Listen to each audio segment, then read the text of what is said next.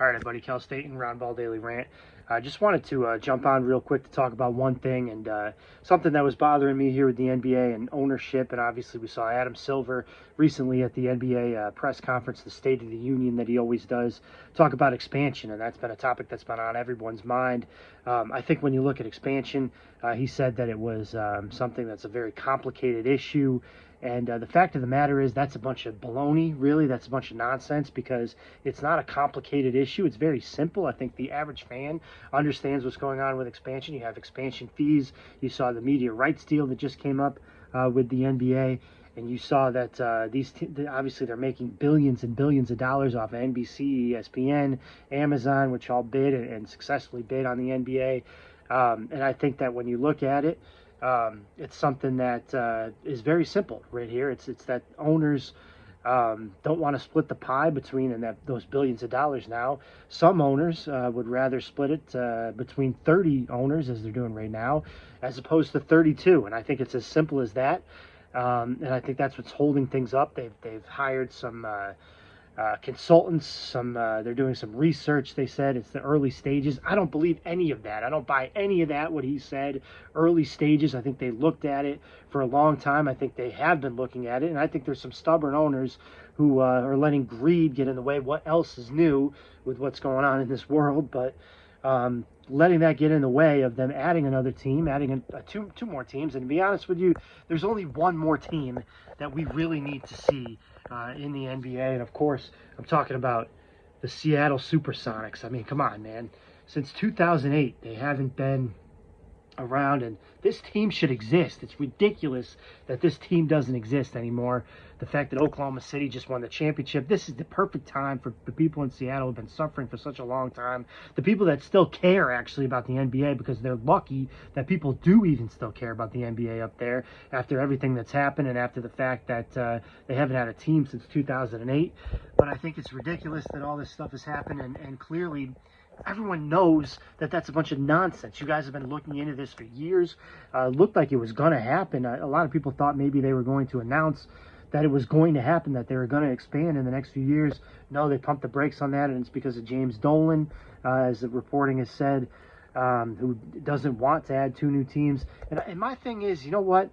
You guys have made so much money on the backs of basketball fans across the country. You've made so much money with these teams. It's all about money. It's always, ever, that's the only thing it's ever about is money, making more money. How much money can we make? I understand it's a business. I understand you own the team, but you know what? There's fans.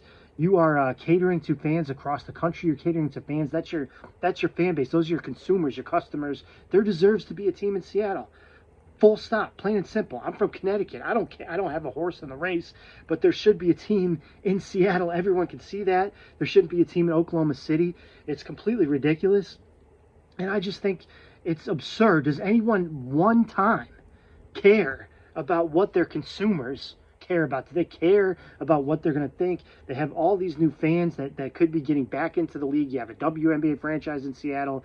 It makes no sense whatsoever to continue to lock these people out and continue to have one of the biggest markets in the country that has an MLB team, an NFL team, and now an NHL team since you've left, to continue to shut them out because your ownership is greedy and you don't want to share the pie anymore. And I get, like I said, it's your league, it's your team, you can do what you want, but you know what? It's really kind of not fair when you take a look at the antitrust situation with the NBA, the fact that it is kind of a monopoly, professional basketball. There's not another league that's out there competing against it. We had the ABA. We saw what happened with the merger back in the 70s.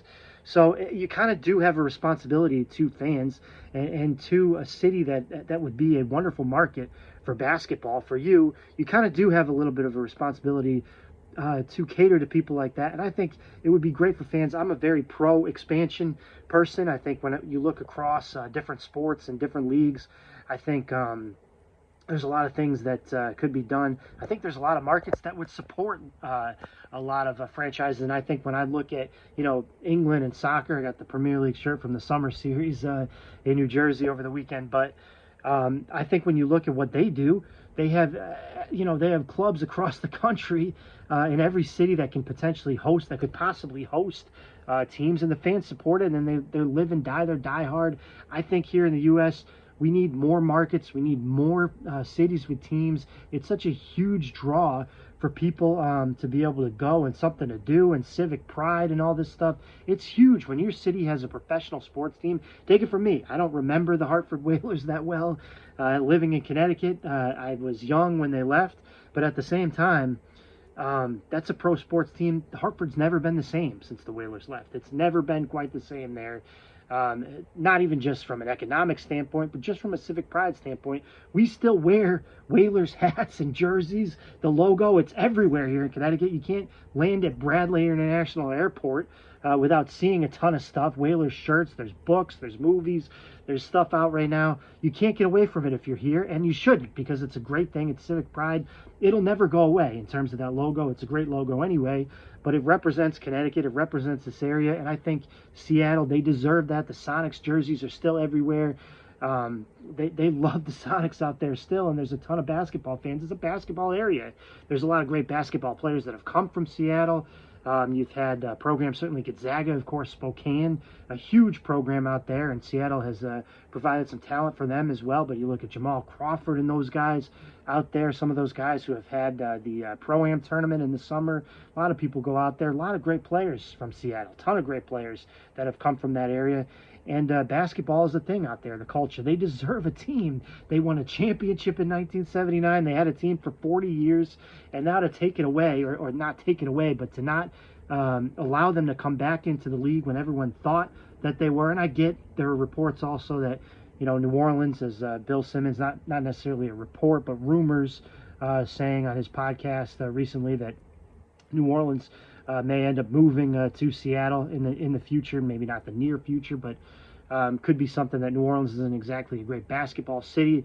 You could also make the argument that the Pelicans have sucked for a long time, and that's why that's the case. But I just think, in my opinion, whether it's moving the Pelicans there, you know, don't really want to see it done that way, because the Sonics obviously moved to Oklahoma City. You'd like to see them get an expansion team, and for it to happen soon. And I understand the economics of it. I get all that, but I just think long term, PR-wise, in terms of fans and supporting the league is, I think in the last few years, I think it had a great PR thing going for it for a while. I think it was getting better and better, and it's just kind of really fallen off a cliff in a lot of different ways. Losing TNT, I think that was ridiculous, you know, almost losing Barkley and those guys, and it showed that nobody cared about anything other than money in that situation either, because when you're going to lose one of the best pregame shows, and not for nothing too, TNT has some of the best coverage of the NBA, around the best coverage. I'll not say some of the best coverage,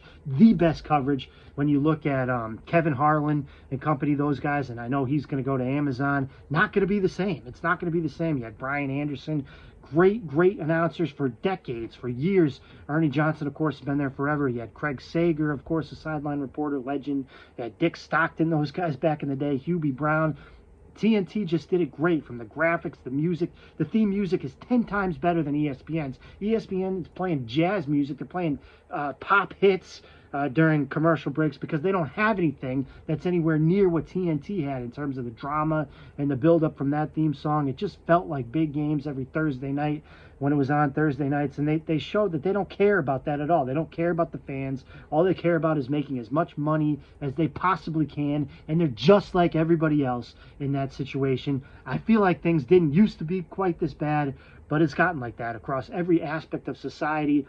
All anybody cares about is making as much money as they possibly can, and they don't care about the consumers. They don't care about the fans, and I think in this situation, it's wrong, and they need to expand to Seattle. They need to do right by those fans there who have stuck by basketball, who support the WNBA out there. They need to do right by them and expand and put a team back in Seattle. It's the right thing to do. Adam Silver, I hope you're listening to this. That's what you need to do. Thanks for listening, everybody. Thanks for watching. This is the Roundball Daily Rant. Big up Seattle. We'll see you next time right here on this channel, on RoundballDaily.com YouTube channel. See you next time.